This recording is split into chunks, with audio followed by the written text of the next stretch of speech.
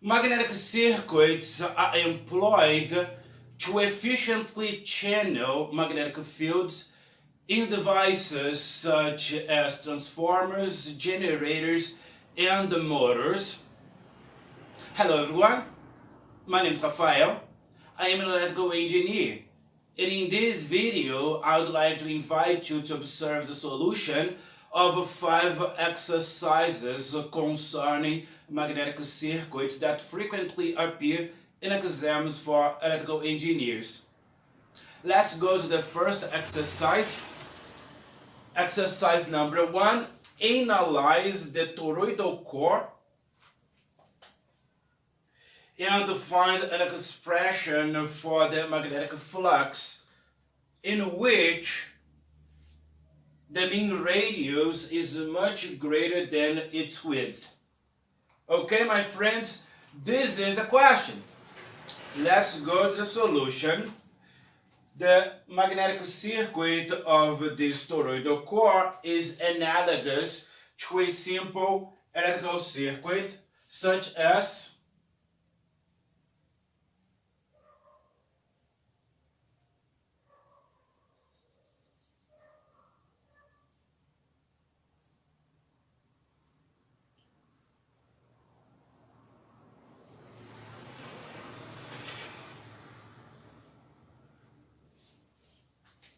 the magnetic circuit has a magnetomotive force, a flux, and a reluctance. This reluctance is the reluctance of the core, and the magnetomotive force is created by the passage of the current, and the flux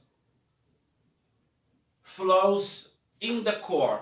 It is analogous to the electrical current.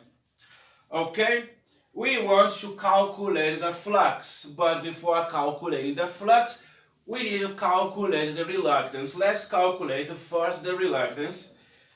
The mean length of the magnetic flux path is going to be L equal to 2 pi r. Okay, this is the length of the path, okay, of flux. And the cross-sectional area, of the toroidal core is circular, okay?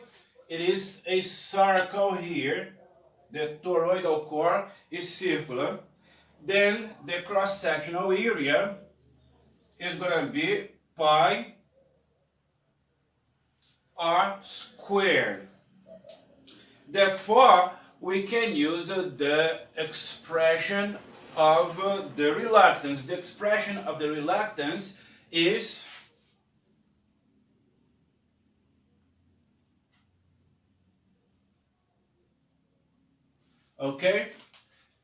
the mean path length divided by the permeability of the core and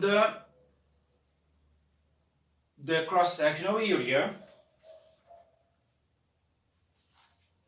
Using these values here, we find that the reluctance is equal to 2 pi capital R divided by nu pi r squared.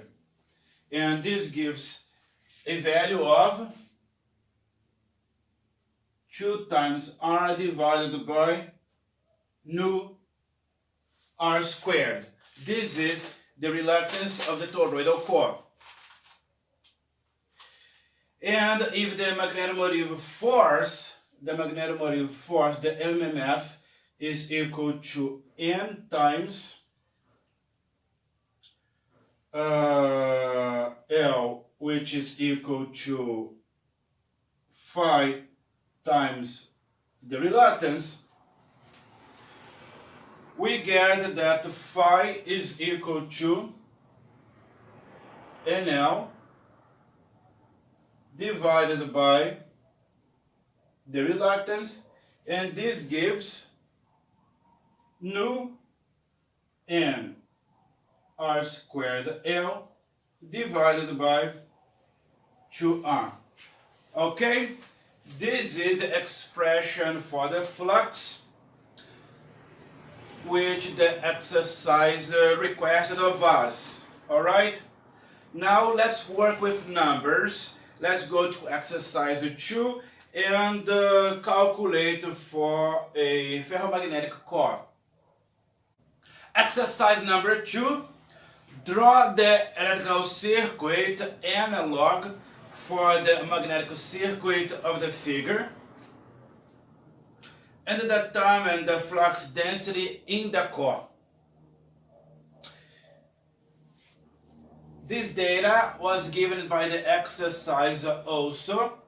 The exercise says that N1 is 500 turns, N2 is 200 turns, the cross section of the core is 3 centimeters by 3 centimeters, the path length is 36 centimeters, and the relative permeability of the iron core is 1000. This is the exercise. Let's go to the solution. Okay, if we pay attention to the way the coils are turned or wound around the core, we observe that they tend to cancel each other out. Let's use the right hand rule. Here, the current flows in this way. Then the flux is upwards. Here, the current flows in this way. Then the flux is to the right. Upwards here and to the right here, it means they subtract one another. They tend to cancel each other out. Therefore, the total magnetomotive is going to be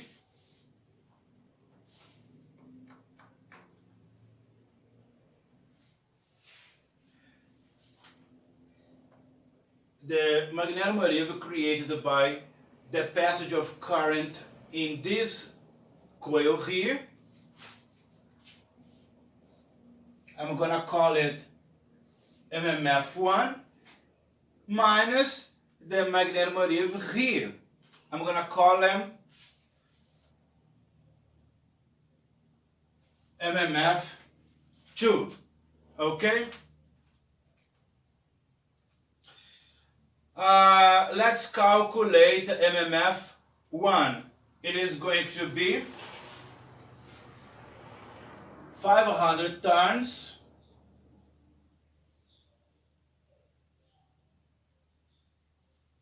times the amount of current, 2 amperes. And MMF2 is going to be 200 turns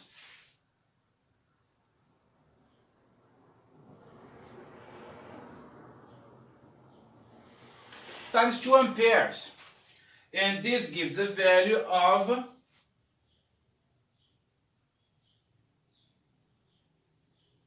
600 ampere turns. This is the total MMF. Okay, with this we will work on the magnetic circuit.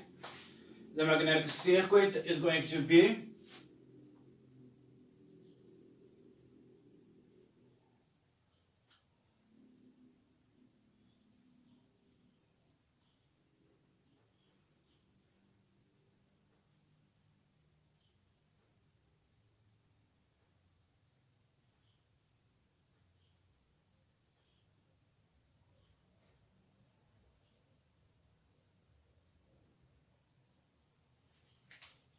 and the flux flows in this way here. Okay, 1000 ampere turns created by this coil here, 400 ampere turns created by this coil here, and one minus the other gives the equivalent circuit as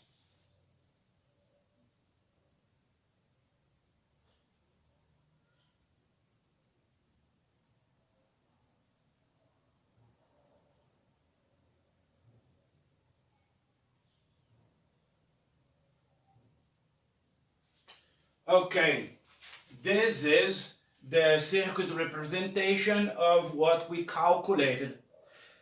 But lastly, we need to calculate the reluctance before finding what the exercise wanted us to find, which is the flux and the magnetic flux density. Okay, let's calculate the reluctance. The reluctance is going to be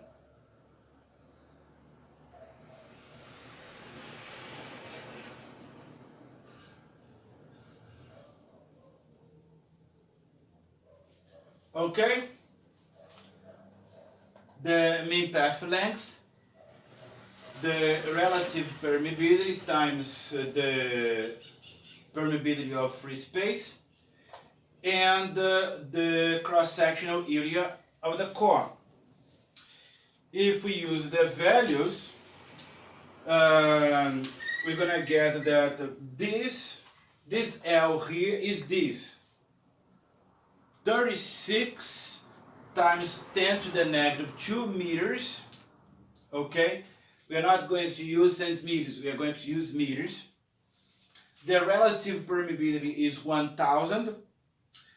This is frequently a given, you do not need to memorize this. Frequently the exam gives you this value here, and it is 4 pi times 10 to the negative 7 Weber per ampere meter, and the cross-sectional area is 3 centimeters by 3 centimeters, which is 9 times 10 to the negative 4 meters squared, and we find a value of 318.3 times 10 cubed ampere turns per Weber. Alright, this is the reluctance. With this value of the reluctance and this value of the MMF, we can find the flux. The flux is therefore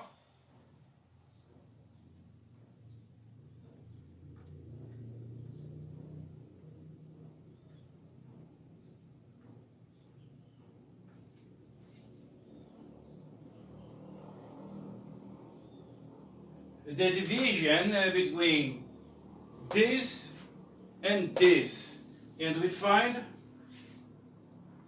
1.85885 times 10 to the negative 3 Weber, and the magnetic flux density is the flux divided by area,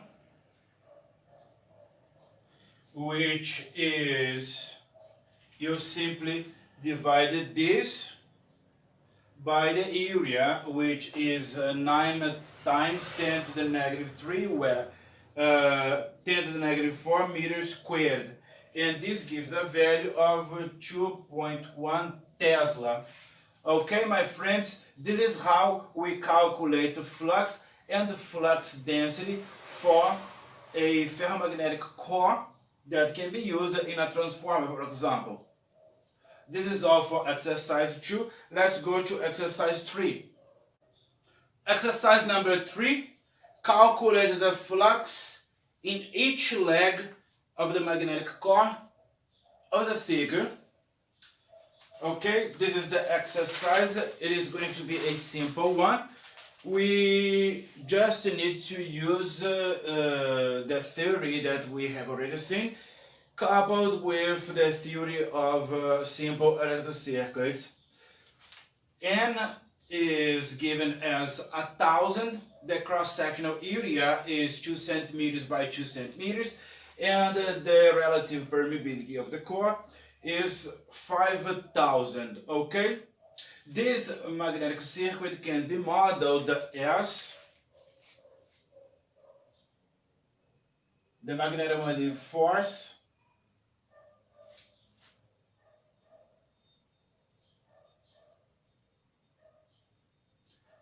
reluctance of leg 1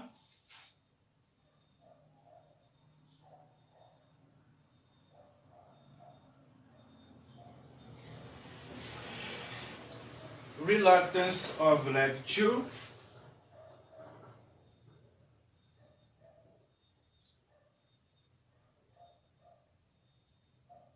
and the reluctance of leg 3. Okay, and here we're gonna call this flux here phi 1. We're gonna call this flux here phi 2, and then we're gonna call this flux here phi 3, and this is the MMF. Okay. Firstly, let's calculate the reluctance of here, and here of the first leg. The first reluctance is going to be, we're going to use this expression L over nu times A, and for the first leg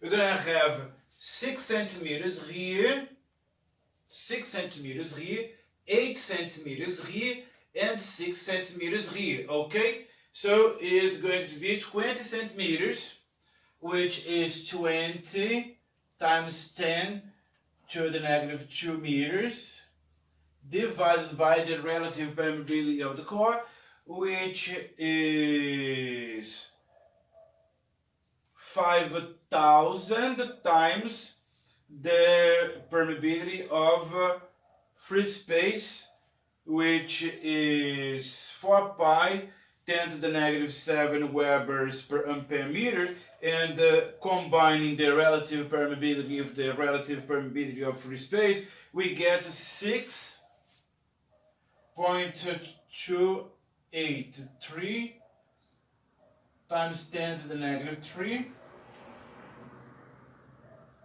Weber per ampere meter, and the cross-sectional area, which is going to be 4 times 10 to the negative 4 meters squared.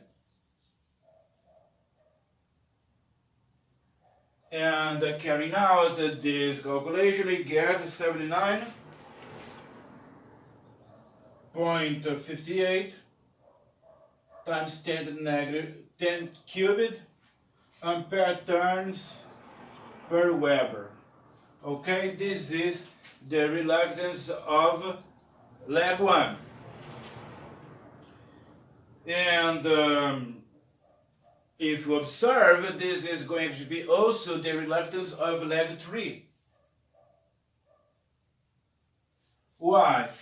Because here is 6, here is 8, and here is 6, and there is no difference between leg 1 and leg 3. Okay, they are similar. Then the reluctance of leg 1 is equal to the reluctance of leg 3.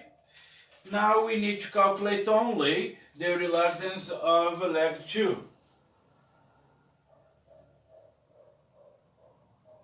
which is going to be only 8 centimeters here.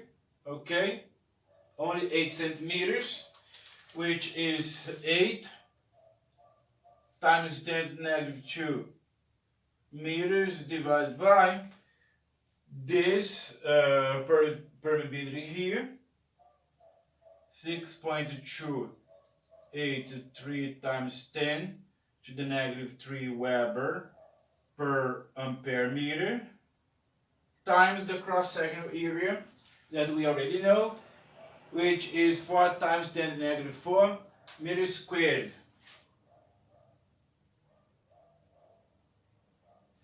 And this gives a value of 31.83 times 10 cubed ampere turns per Weber. Okay? With these values, we can calculate the equivalent reluctance. The equivalent reluctance. The equivalent reluctance is going to be when we combine these two reluctances in parallel and we add this reluctance in series here. The equivalent reluctance is going to be reluctance number 1 plus the parallel connection between reluctance 2 and reluctance 3. Okay? You're going to do the same as if they were simple resistances in an electrical circuit. You combine them in parallel. It is going to be the product divided by the sum. And to combine these resistances in series, you simply add the value. And we find a value of 102.3 times 10 cubed ampere turns per Weber. Alright, this is the equivalent reluctance. And why did we need to calculate the equivalent reluctance? We need to calculate the equivalent reluctance to calculate this flux here, phi 1, because we can see that phi 1 is equal to phi 2 plus phi 3. Okay? So, as phi 1 is equal to the sum of phi 2 and phi 3, to calculate phi 1, we need the total equivalent reluctance. Alright? And the circuit that we're looking for is going to therefore be, I'm going to erase it here.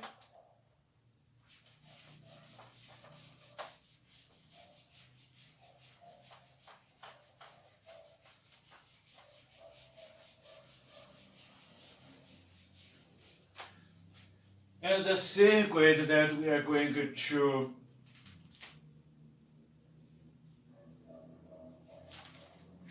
work on is this.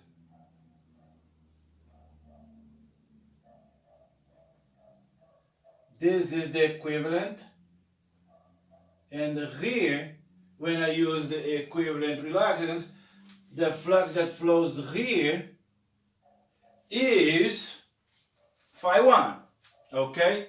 Because we have combined all the reluctances, observing that phi 1 is equal to phi 2 plus phi 3. Alright, and then we discovered that phi 1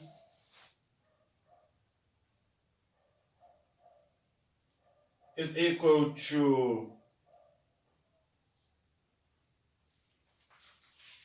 the MMF divided by the equivalent reluctance. Okay, using the values we just calculated, we're going to find that it is going to be 1,000 times 0.5, which is 500 ampere turns. 500 ampere turns, the magnetomotive force is 500 ampere turns. And dividing by the value of the equivalent reluctance, we get 4.88, 7 times 10 to the negative 3, Weber. Okay, this is phi 1.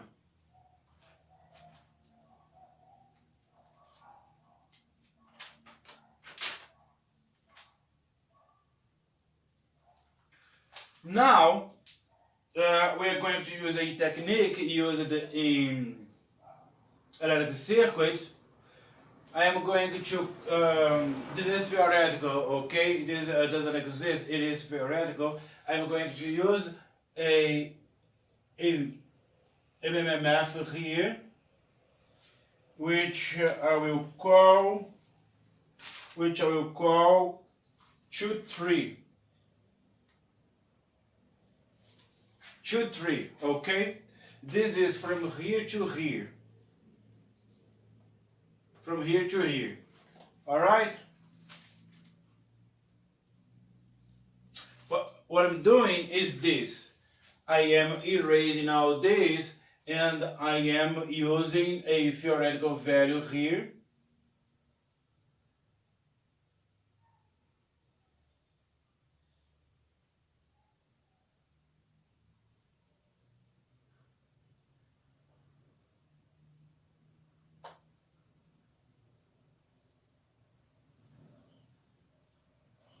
Okay? And here I'm calling 2, 3. And this is going to enable us calculate this.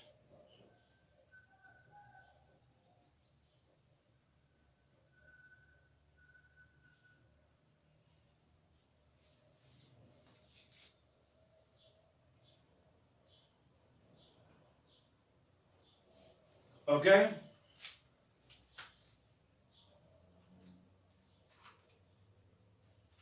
We know already that the equivalent in, reluctance between 2 and 3, okay, this is going to be the parallel connect between these two.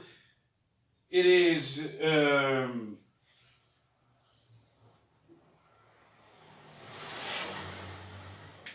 22.74 times 10 cubic ampere turns per Weber. And if we multiply, you're gonna see here, take a look at it, take a look at this, okay? All these models here will help us understand what we want. If phi 1 pass through the equivalent impedance here,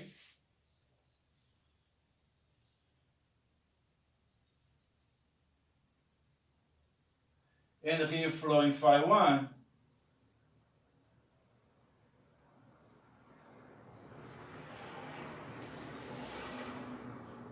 what are we going to get? We're going to get exactly this. The magnetic force 2, 3, okay? And using this, we get that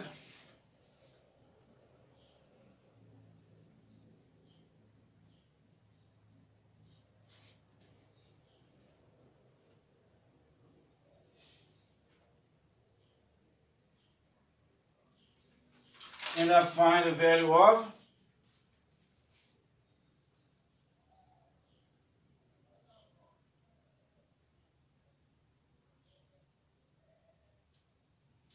okay?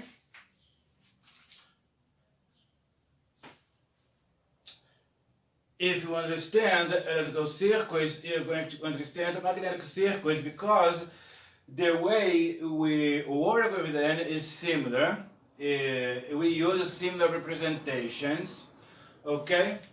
In electrical circuits, we would see that there is a voltage here and a voltage drop here, and there is going to be a voltage here, and we use this voltage here to calculate the current here and here. Alright, we are going to do the same to calculate the fluxes in magnetic circuits. There is an MMF here, and there is a MMF here, okay, that results from this one, okay. This does not exist without this. There needs to be this first for this to exist. And once we calculate this, we can find the fluxes here and here. This is exactly what we calculated. And to calculate this, the value of this, we firstly combined these reluctances here in parallel, and we found an equivalent reluctance. And when phi 1 passes through the equivalent reluctance, it produces this. And this is the value that we just calculated. And why do we need to use this? We need to use this because it is going to be applied here. And if we divide this value here, by the reluctance number 2, we get phi 2. And if we divide this value here by reluctance number 3, we find flux 3. Okay?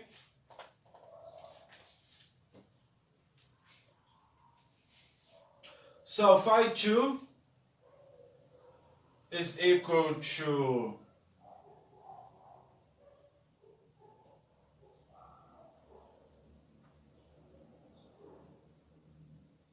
okay, we divided this by reluctance number 2. We have already calculated. I related it here because I needed some space, but if you return the video, you're gonna see that there is a value for this,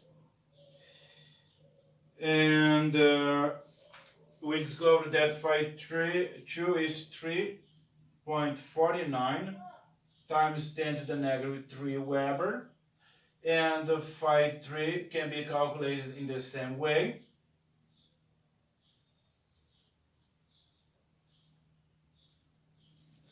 And this is 1.396 times 10 to the negative 3 Weber.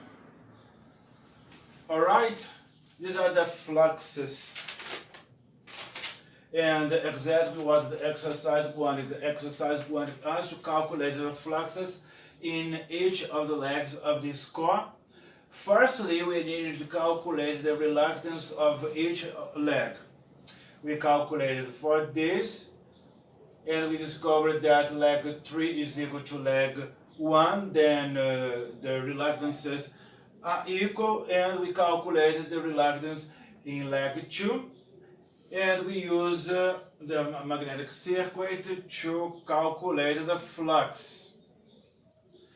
We use the equivalent reluctance to calculate flux 1, and we use this technique here that we learned when studying electrical circuits to calculate phi 2 and phi 3. Okay, my friends, this is all for exercise 3. Let's go to exercise 4.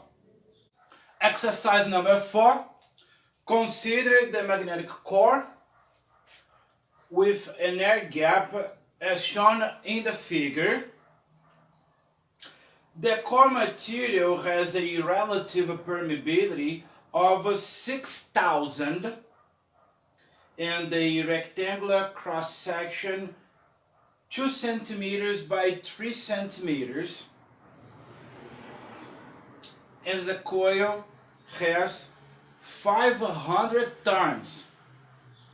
With this data, the time and the current required to establish a flux density of 0.25 Tesla in the air gap. Okay, my friends, this is the exercise. Let's go to the solution.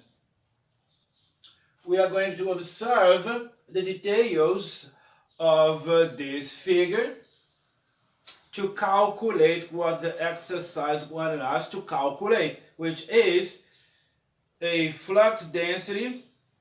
We want to calculate a current. The current I that sets a flux density of 0.25 at the air gap. Alright, let's model this circuit, this magnetic circuit, with an analogous circuit, analogous to an electrical circuit such as this.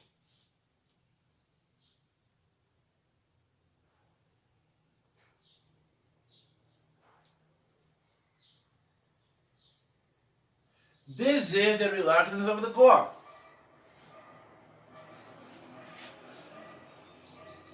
The entire core, the reluctance of the entire core is modeled by this reluctance.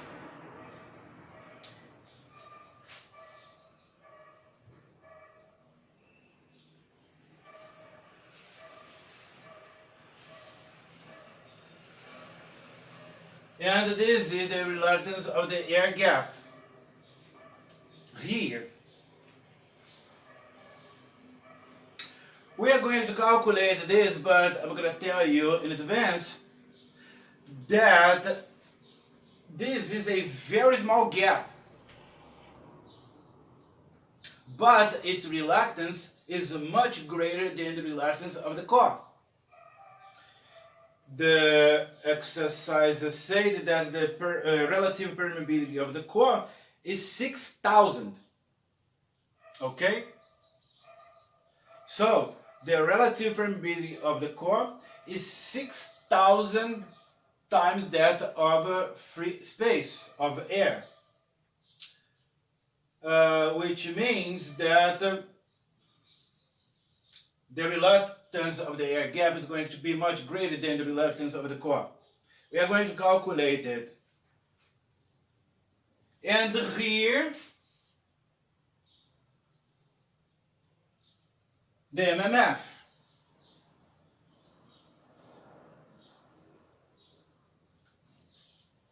Okay? And there will be a flux here. Okay? We are going to calculate all these parameters. The magnetic circuit is analogous to an electrical circuit with two resistances and 1 volt source. Okay? The MMF is analogous to a voltage source, and the reluctances are analogous to the resistances, and the magnetic flux is analogous to current. The reluctance of the core represents the reluctance. This represents the reluctance of the core, and this represents the reluctance of the air gap. Let's firstly compute the reluctance of the core. Notice that the center line, it is important because these values here, the reluctance of the core and the reluctance of the air gap, are not 100% precise, okay? It is going to be an estimate, and the estimate that we use while modeling electrical circuits and magnetic circuits is to consider the center line, okay? The flux will pass covering the entire path here, the interior of the magnetic core. However, if we compress these turns very tightly together, we can say that most of the flux will pass along the center line here. Okay? Along the center line. Not close to the borders, but most of them along the center line. And the center line, you see that the thickness here is 2 centimeters. If we take 1 centimeter here and 1 centimeter here, instead of 8, we're going to have 6 centimeters. Okay? Then notice that the center line of the flux path is a square. 6 centimeters by 6 centimeters. Okay? Instead of a square 8 centimeters by 8 centimeters is going to be 6 centimeters by 6 centimeters. Alright? Thus the mean length of the iron core is going to be the mean length of the iron core.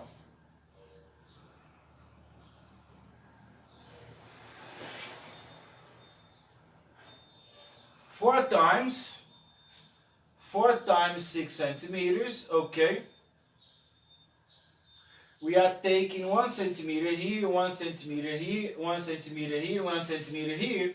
Instead of computing for 8 centimeters, we are computing for 6 centimeters because we are considering that most of the flux will flow along the center, okay? Of course, this is not 100% precise, but this is the best estimate we can get without using a computer or any other kind of ultra advanced mathematics that requests a computer to help us. Minus the length of the air gap, which is 0.5 centimeters. And this gives a value of 23.5 centimeters.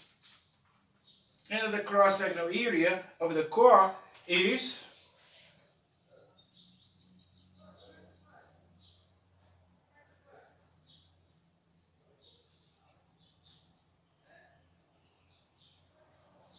okay?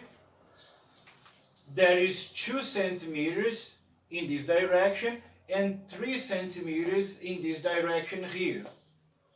2 centimeters in this direction, 3 centimeters in this direction, and the cross-sectional area of the core is 6 times 10 to the negative 4 meters squared. All right.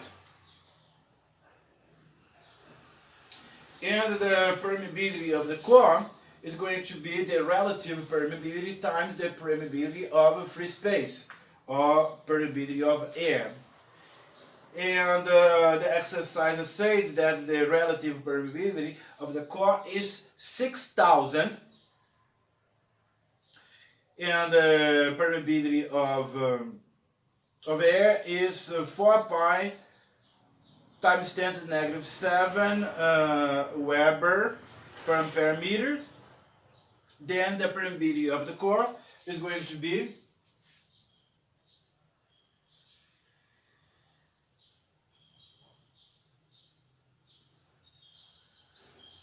7.54 times 10 to the negative 3 Weber per ampere meter.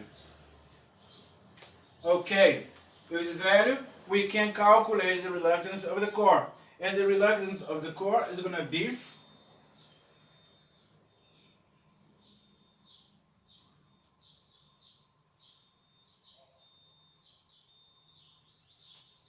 the mean path length divided by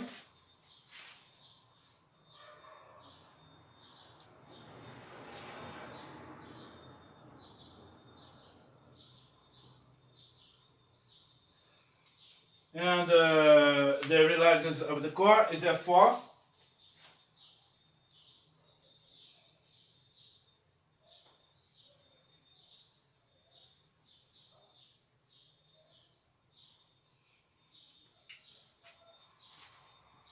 5.195 times 10 to the 4th ampere turns per Weber. Subsequently, we compute the reluctance of the air gap. However, to compute the reluctance of the air gap, we need to consider the phenomenon of fringing. Observe that the flux lines at the region of the core tend to bend outwards. Okay? Flux is channeled by the core. Okay? And as we have understood, most of the flux, provided that we compress and wind the coil very tightly together, the turns very tightly together, we have understood that most of the flux is going to flow deep in the core along the center line. And in this way, the core channels the flux. However, at the air gap, the core, the flux loses this medium through which it flows. and then it tends to bend outwards here in the core. This phenomenon is called fringing. And to deal with fringing, we need to use a technique, okay? Of course, this is good for exams, but it is not good for transformer designers. They will need to use computers with algorithms to calculate these parameters, but for exams for electrical engineers, this estimates that we are taking these approximations is enough. All right.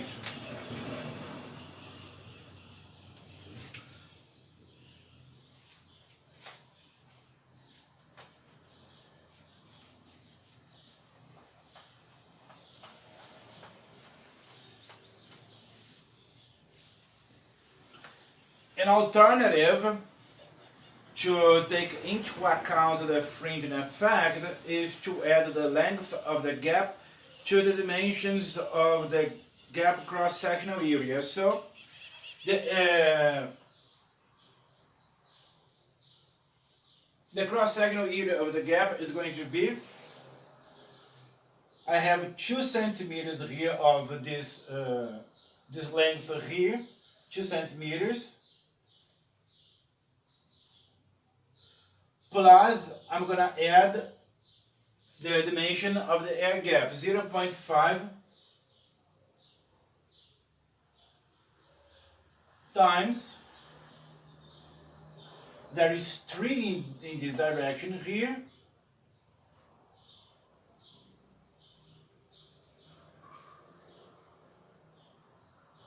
okay? In exams for engineers, they actually accept this, okay, this is right. It is not right for designing magnetic cores for transformers. You're gonna need to use another technique, more advanced.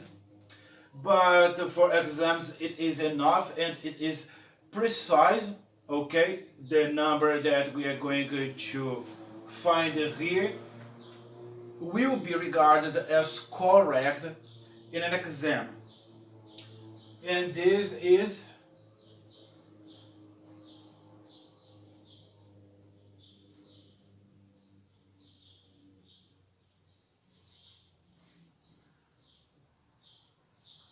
all right.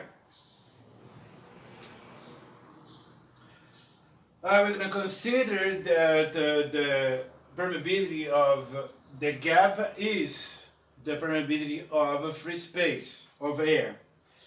And with this data, we can calculate the reluctance of the air gap. The reluctance of the air gap is going to be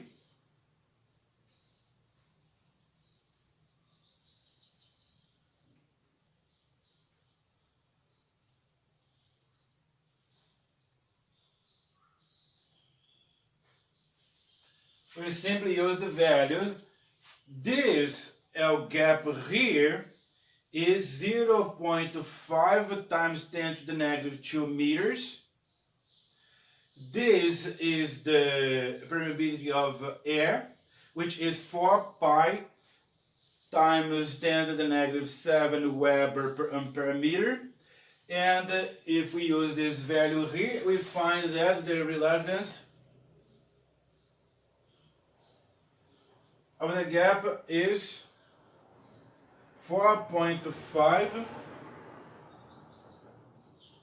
times 10 to the 6th ampere turns per Weber. Okay?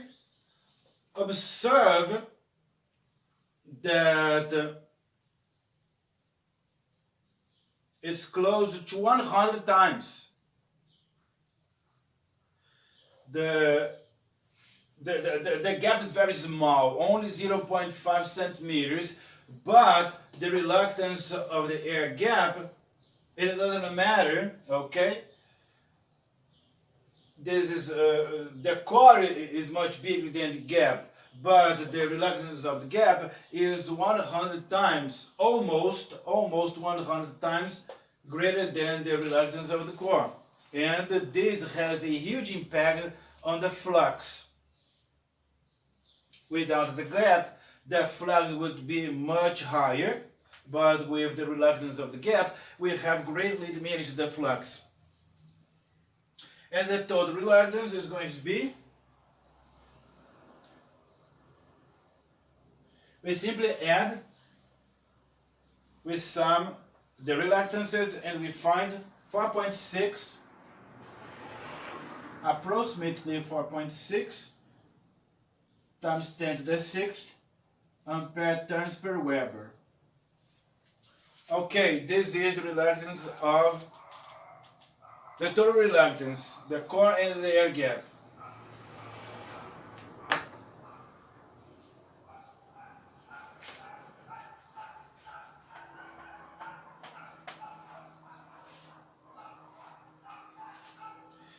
We wish a flux density of 0.25 at the air gap.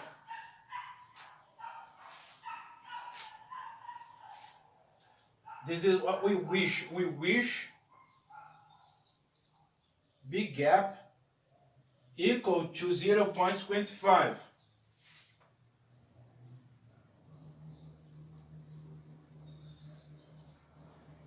We simply use the number 0.25 here and the area of the gap, we calculated it and we find the flux equal to 2.188 times 10 to the negative 4 Weber. And with this flux, the flux in the core is the same as in the gap. However, flux density is much higher in the core.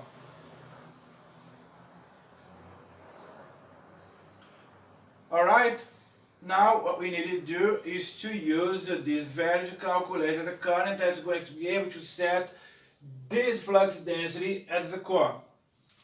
We're going to see that the MMF is equal to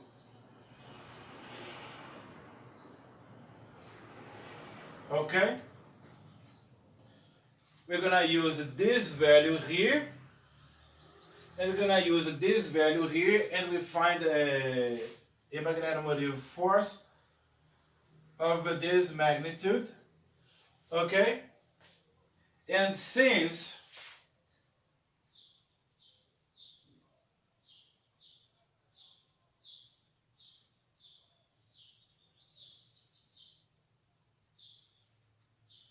we simply divide, it is going to be the division between the value of the MMF and the number of turns, which was given as 500, and we find therefore a current of 2.012 amperes. Okay? We need this current to have a flux density at the core equal to 0.25 Tesla. Okay, my friend, this is all for exercise 4. Let's go to the last, exercise 5. Exercise number 5. The iron core shown in the figure has a cross section of 2 centimeters by 2 centimeters and the relative permeability of 1,000. The coil has 500 turns and carries a current of 2 amperes. With this data, the exercise wants us to find the flux density in each air gap. Okay, my friends, this is the magnetic circuit and this is the representation analogous to electrical circuits. Okay, where RA is the reluctance of the left-hand path,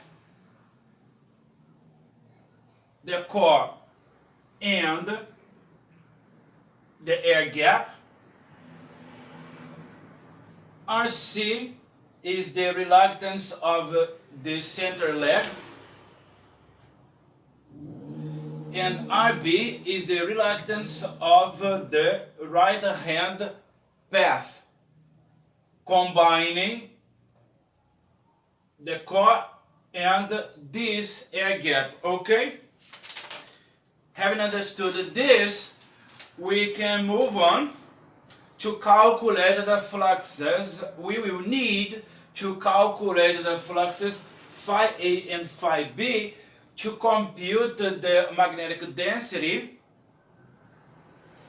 at both air gaps. This is what the exercise wanted us to calculate. So to find the fluxes phi A and phi B, it is needed to firstly calculate the reluctances of the three paths. Okay? Let's concentrate firstly on reluctance RC. The reluctance RC is only the reluctance of this center leg here.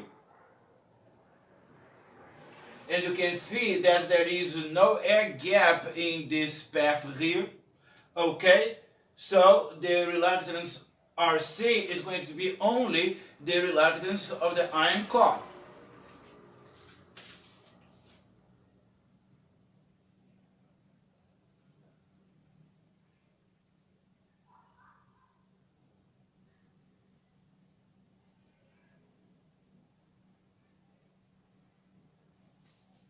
Okay?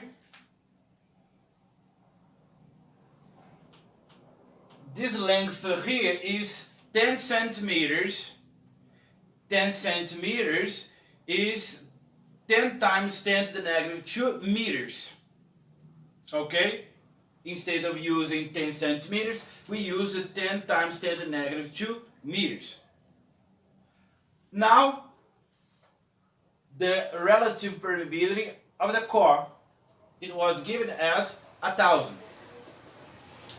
And the permittivity of the permeability of the air is 4 pi times 10 to the negative 7. Okay, it is a given. The exercise has to provide this information to you. It is not necessary to memorize it. And the area of the core, the cross-sectional area of the core, is 4 times 10 to the negative 4 meters squared. And if we use these values, we find that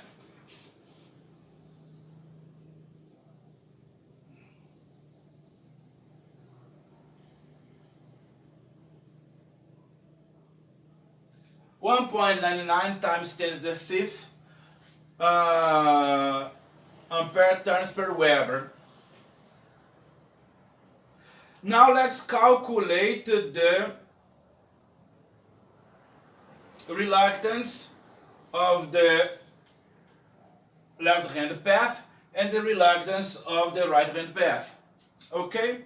For above the left and the right-hand path, the total reluctance is the sum of the reluctance of the iron core with the reluctance of the gap.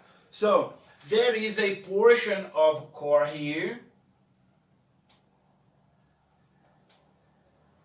and the gap. So, the reluctance A of the left-hand path is going to be the reluctance of this portion of the iron core plus the reluctance of this air gap. We're calling it air gap A. Okay?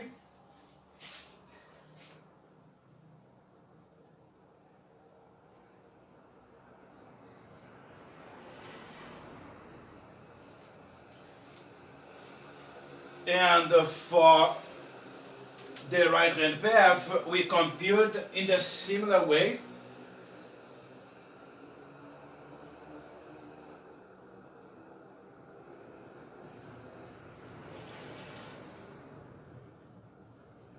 Alright?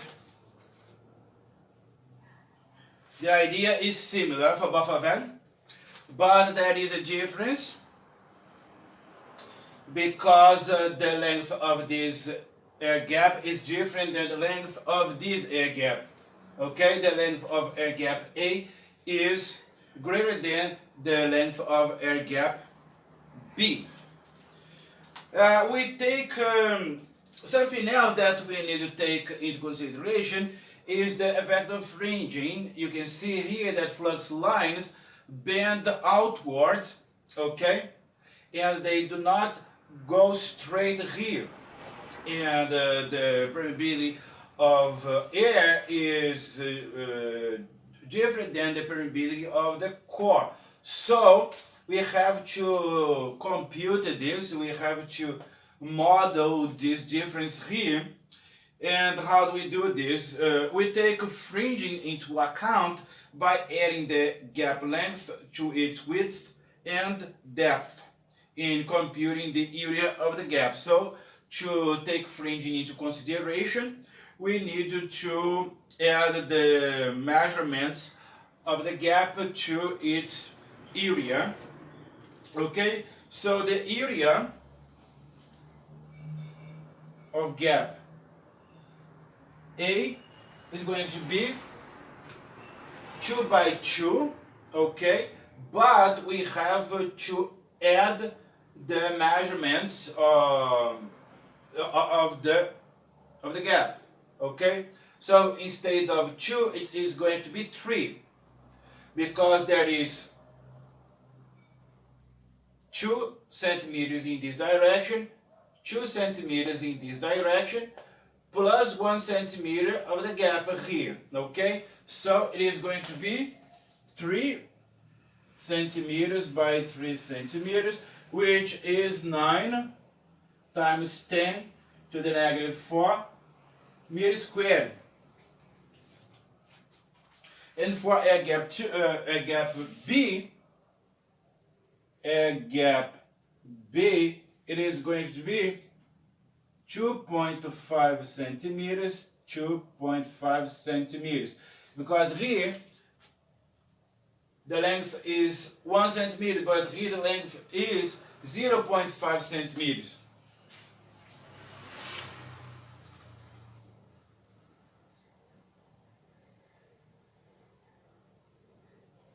Okay, with this data we can calculate. We need to calculate the reluctance. Thus, the total reluctance of the left hand path is, the reluctance of the left hand path is going to be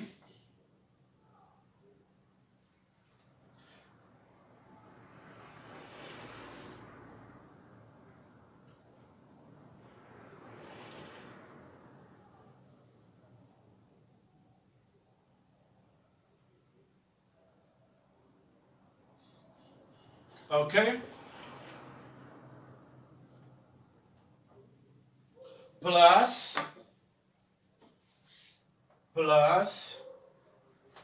the reluctance of the core.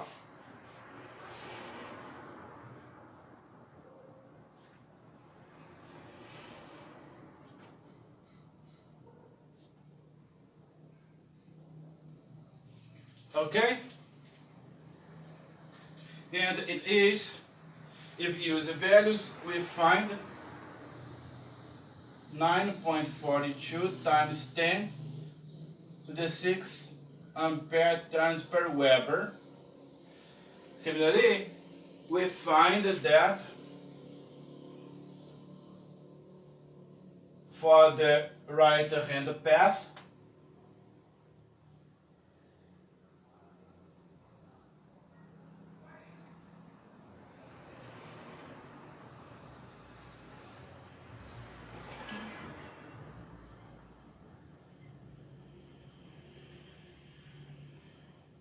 using the values, we find that the reluctance of the right-hand path is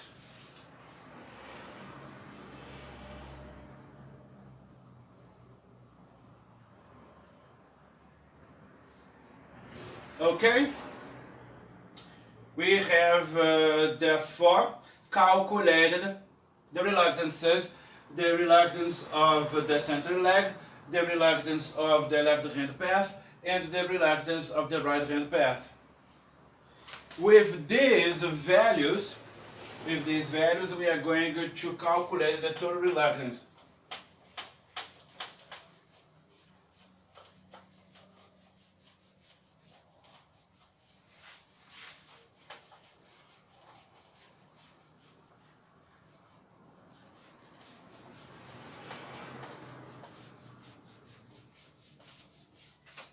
Okay?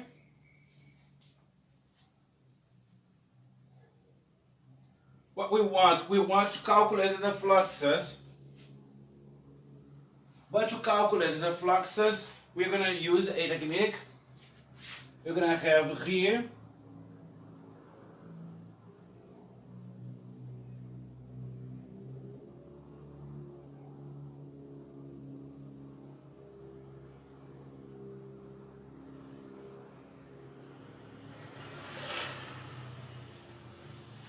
if we combine these reluctances here, we are going to be able to calculate phi c, this flux there, okay? Understanding that phi c is equal to phi a plus phi b, alright? If you have understood this, we can understand therefore that R is equal to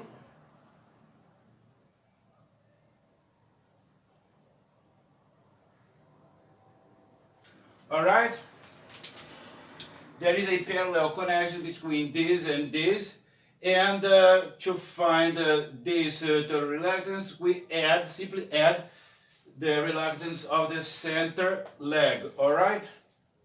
And thus we find that the total reluctance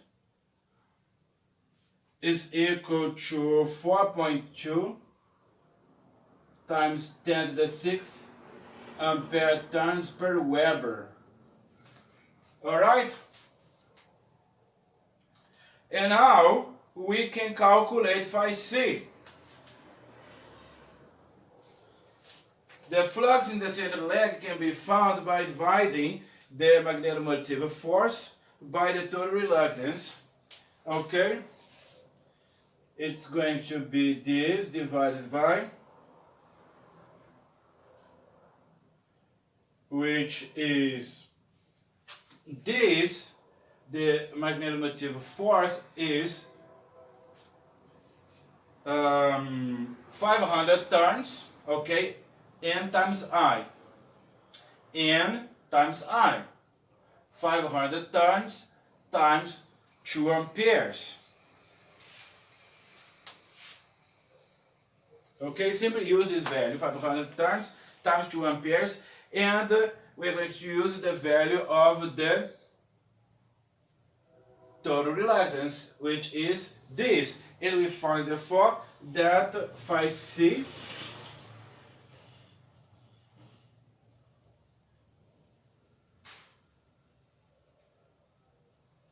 okay, this is phi c.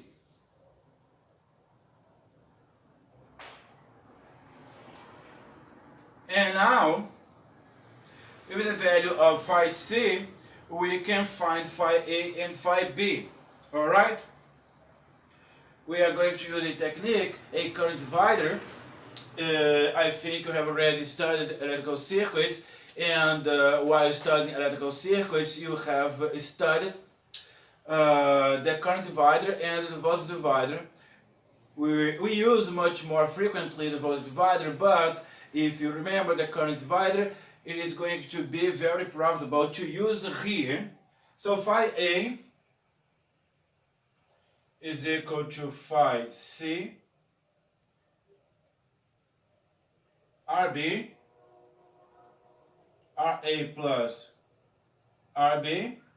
And if we use the values, we find that phi A is 101.1 microweber.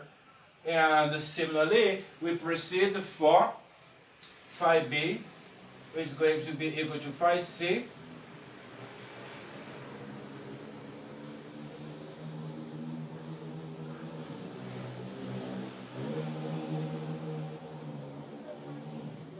and in this way, using the values, we find that it is 137 microweber. Alright, these are the fluxes. With this data, we can find the flux densities in the gap. The exercise wanted us to calculate the flux densities in each gap. Okay, this is gap A and this is gap B. And the magnetic flux density in this air gap is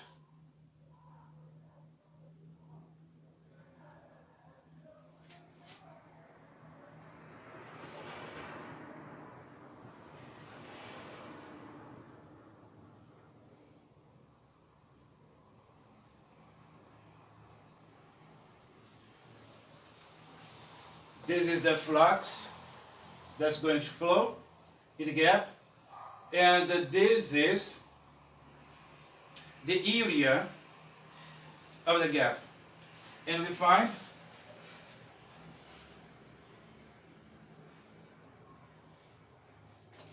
alright, similarly, we proceed for gap B.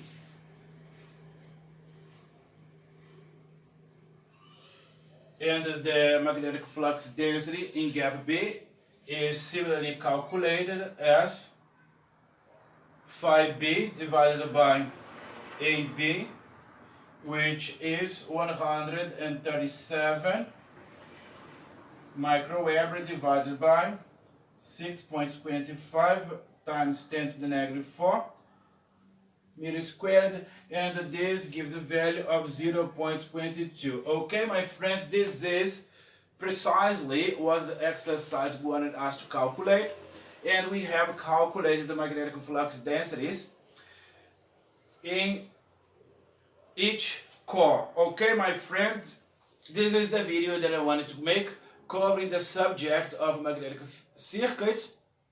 I hope you enjoyed it and learned from it. I am a teacher. If you want to book a lesson with me, use my WhatsApp number, guys. Goodbye!